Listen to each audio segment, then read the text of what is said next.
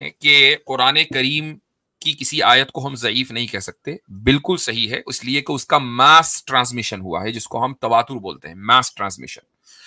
حدیث کا ہر ایک حدیث کا ماس ٹرانسمیشن نہیں ہوا، کچھ کا ہوا ہے جس کو ہم متواتر بول دیتے ہیں۔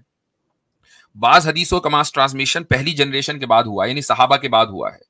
تو بعض محدثین کے نزدیک ایسی حدیثوں کو مشہور کہا جاتا ہے، یعنی یہ میں ایک ڈیفینیشن بتا رہا ہوں، مشہور کی دو ڈیفینیشن ہے۔ یہ ایک ڈیفینیشن کے مطابق پہلی جنریشن یعنی صحابہ کے بعد تابعین کے دور سے پھر اس کا ماس ٹرانسمیشن ہوا، اس کو مشہور کہا جاتا ہے۔ اب جب متواتر اور مشہور کے بارے میں ہم یہی کہیں گے کہ یہ رسول اکرم صلی اللہ علیہ وسلم ہی کے الفاظ ہیں۔ فرق کیا ہوگا؟ اگر متواتر حدیث کا کوئی آدمی انکار کر دے گا 0.1% بھی، تو وہ شخص اس دائرہ اسلام سے خارج ہو جائے گا، چونکہ اس میں اور قرآن کے ماس ٹرانسمیشن میں کوئی فرق نہیں ہے۔ اور اگر کوئی آدمی مشہور حدیث کا انکار کر دے گا تو وہ اہل سنت سے خارج ہوگا، اس لیے کہ ماس ٹرانسمیشن پہلی جنریشن سے نہیں ہے۔ لیکن ایک تیسری کیٹیگری ہے جس کو ہم خبر واحد بولتے ہیں، وہ یہ کہ ٹرانسمیشن ہوا اس کا، لیکن ابتدائی 3 جنریشنز میں 1 2 4 5 اس طرح کے لوگوں میں ماس ٹرانسمیشن اس کا تیسری جنریشن کے بعد جا کر ہوا ہے۔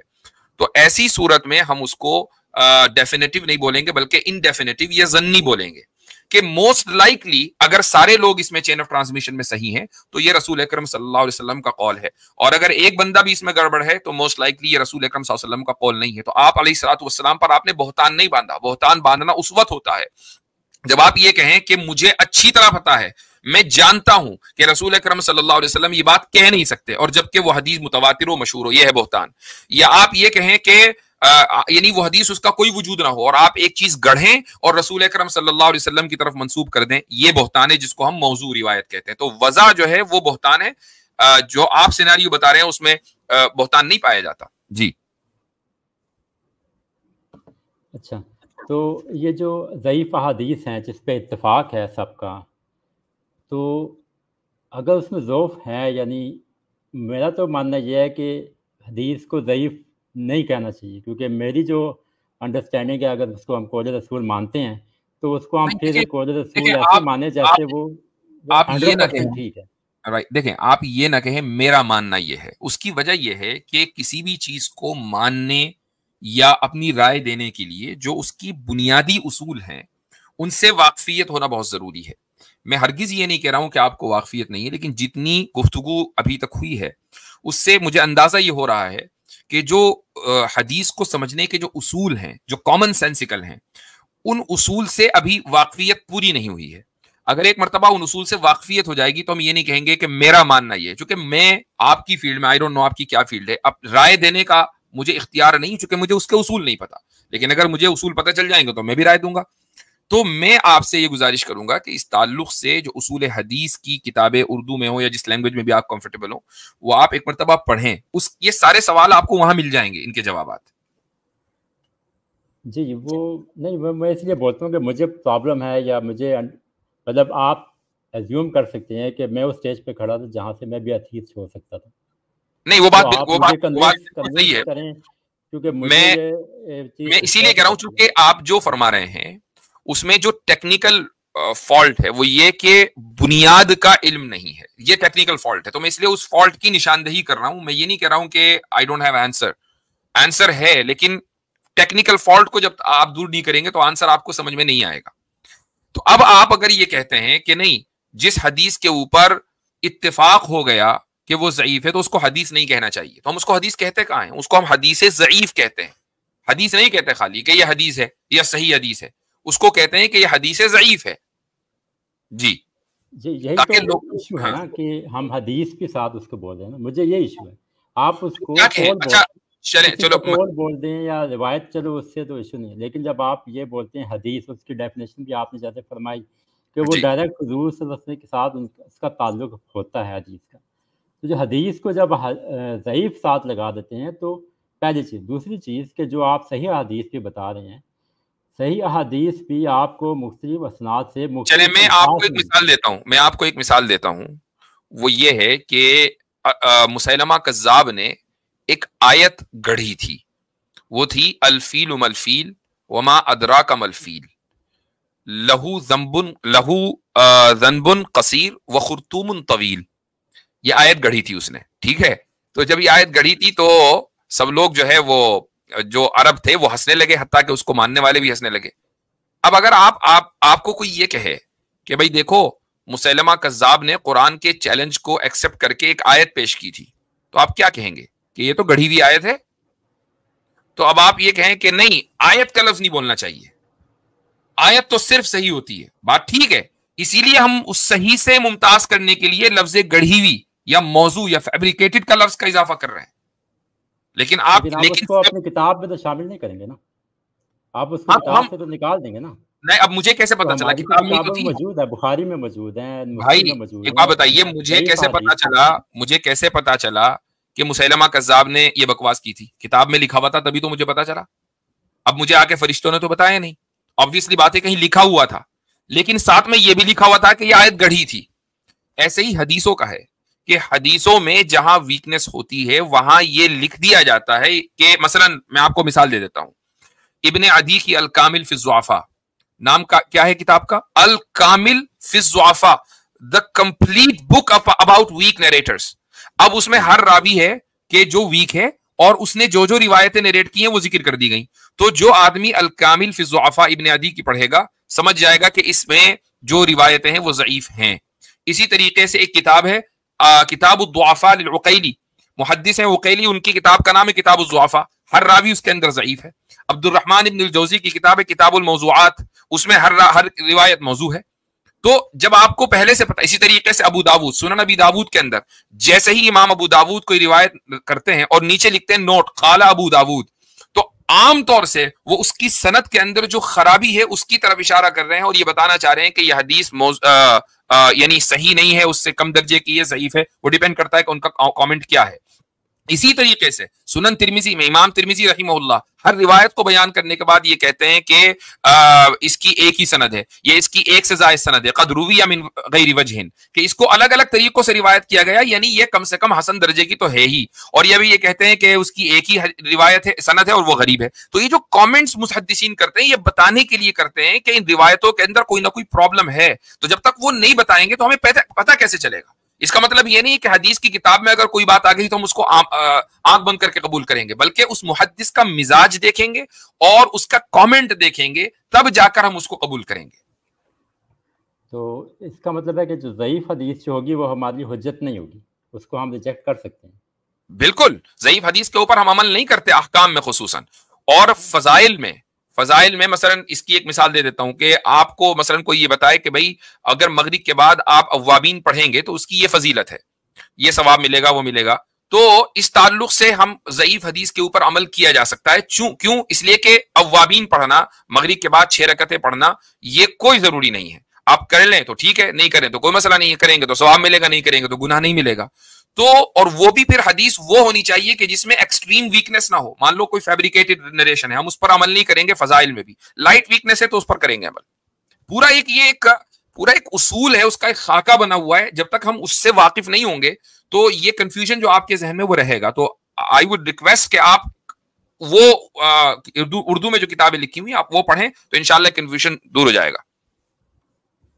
جی ضرور، میں اسٹڈی کر رہا ہوں اور کروں گا مزید.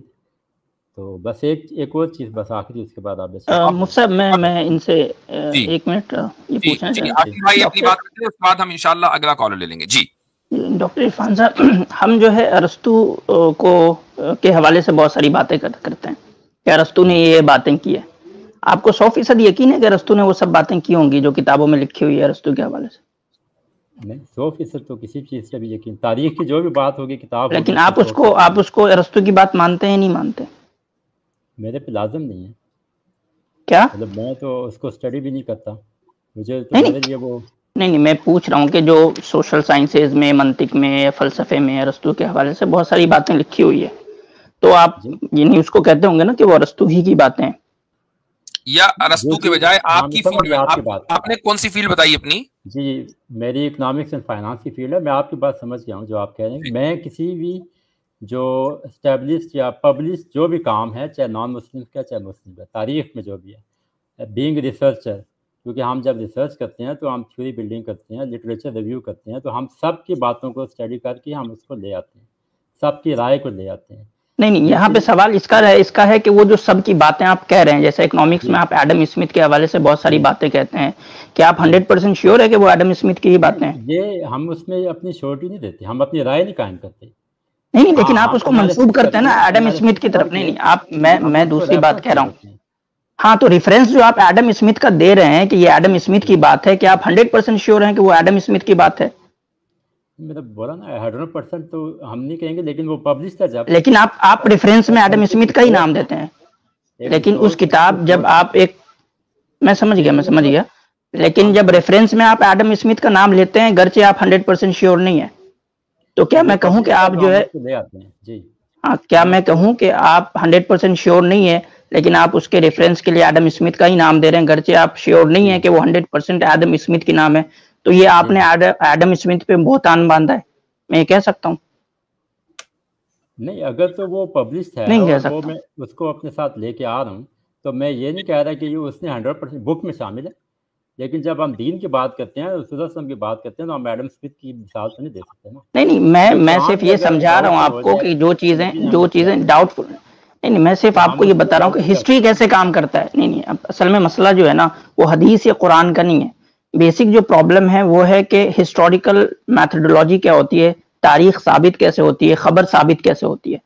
ٹھیک ہے، اس میں پرابلم ہے. اگر یہ میتھڈ آپ کا درست ہو جائے گا نا کہ جو ہسٹری کا میتھڈ کیا ہے کام کرنے کا، اور جو اخبار ہوتے ہیں، جو خبریں ہوتی ہیں وہ کیسے ثابت کی جاتی ہیں، تو پھر انشاءاللہ آپ کو سمجھ میں آ جائے گا کہ ہسٹری جو ہے وہ کتنا، یعنی کہ سوری ہسٹری نہیں، حدیث جو ہے وہ کتنا اعلی درجے کا جو ہے وہ آتھینٹک ہے. اس لیے ہم کہتے ہیں کہ ہماری جو موضوع حدیثیں ہیں نا، ہماری جو موضوع حدیثیں ہیں وہ ہسٹوریکلی جو ہے وہ بائبل سے زیادہ آتھینٹک ہے. تو آپ کو یہ سمجھ آ رہا ہے کہ ہمارا جو، نہیں آپ شاید سمجھ ہی نہیں میرے پورے جملے کو، اس جملے کو سمجھ نہیں پائے کہ میں کہہ رہا ہوں کہ ہماری جو موضوع حدیث ہیں جس کو موضوع کہتے ہیں وہ بھی ہسٹوریکلی بائبل سے زیادہ آتھینٹک ہے. آتھینٹک اس سینس میں تو آتھینٹک اس سینس سمجھتا ہوں کہ رسول اللہ نے فرمایا. تو اصل پرابلم یہ ہے کہ جو ہسٹری کے اندر جو چیزیں ڈیل کیسے ہوتی ہیں، خبریں ثابت کیسے ہوتی ہے، اس کے لیے آئی تھنک کہ آپ تھوڑا سا اسٹڈی کریں، اس کو سمجھ لیں، تو پھر انشاءاللہ یہ جو سارے ڈاؤٹس ہے یا جو آپ کو چیزیں پریشان کر رہی ہیں نا وہ ختم ہو جائیں گی.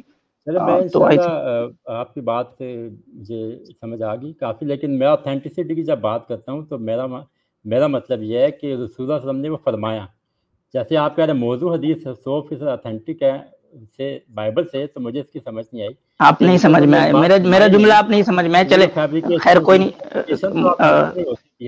خیر آپ اس جملے کا مطلب یہ تھا کہ ہسٹوریکلی ہمیں پتہ ہے. جی اس موضوع پر جو ہے وہ دیکھیں، بنیادی طور پر جب معلومات نہ ہو تو پھر مسئلہ ہو جاتا ہے سمجھنا. تو میں نے جو مشورہ دیا آپ اس پر عمل کریں، انشاءاللہ پھر کریں گے گفتگو. چلیں انشاءاللہ میں آپ سے کانٹیکٹ کرتا رہوں گا، میل بھی کروں گا آپ کو. السلام علیکم. اچھا حضرت، تو تھوڑا دیر پہلے ایک بدتمیز ٹائپ کا انسان آیا تھا، تو اس ٹائم میں کمنٹ میں تھا تو بول نہیں پایا اوپر. مطلب یہ لوگ ایسے غلیظ قسم کے انسان ہیں جس کا وہ دعوت یہاں پہ دینے آیا تھا، اس کی بائبل میں ان کے لیے کہا گیا ہے کہ بڑے کیڑے قسم کے انسان ہے، اور کیڑا بھی وہ جو کینچوا. ارے آپ بائبل کی کیا بات کر رہے ہیں، وہ تو خود ہی کہہ چکا عامر بھائی، جو اس کی ویڈیو اپنی ویڈیو میں چلاتے ہیں، اس کا ریفرنس تو وہ تو کہہ چکا. اب کیا کرنا اس کا؟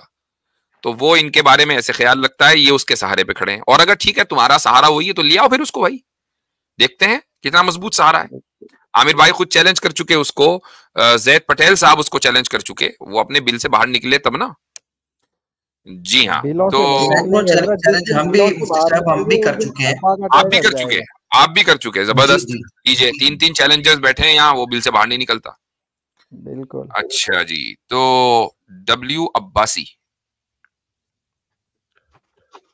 السلام علیکم ورحمۃ اللہ وبرکاتہ. وعلیکم السلام. سب کو سلام میری طرف سے. مفتی صاحب میرے کچھ سوالات ہیں.